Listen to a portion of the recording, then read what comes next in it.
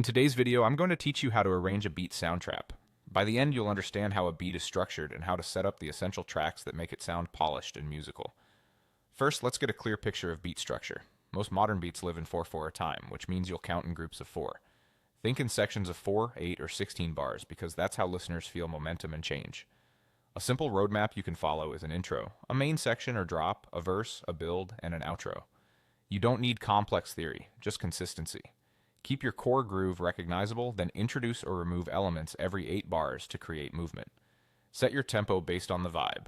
Around 70 to 90 BPM for laid-back hip-hop, 100 to 120 for pop, and 120 to 140 for energetic electronic styles. In Soundtrap, turn on the metronome, set a loop region for 8 or 16 bars, and let that guide your timing. Quantize lightly if needed, and use velocity to keep parts feeling human. Now set up your tracks so arranging becomes easy. Create a drum or beat track first and split it into kick, snare, hi-hat, and percussion.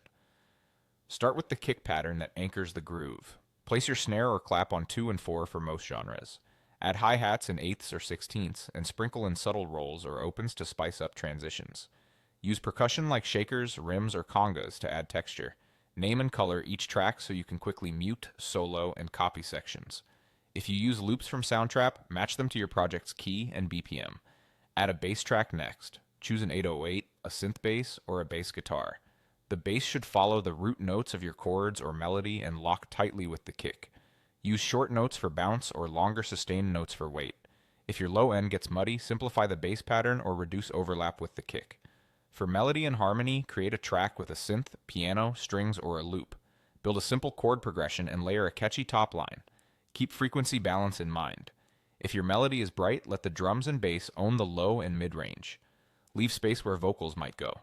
Finally, optional FX and vocals can elevate your arrangement.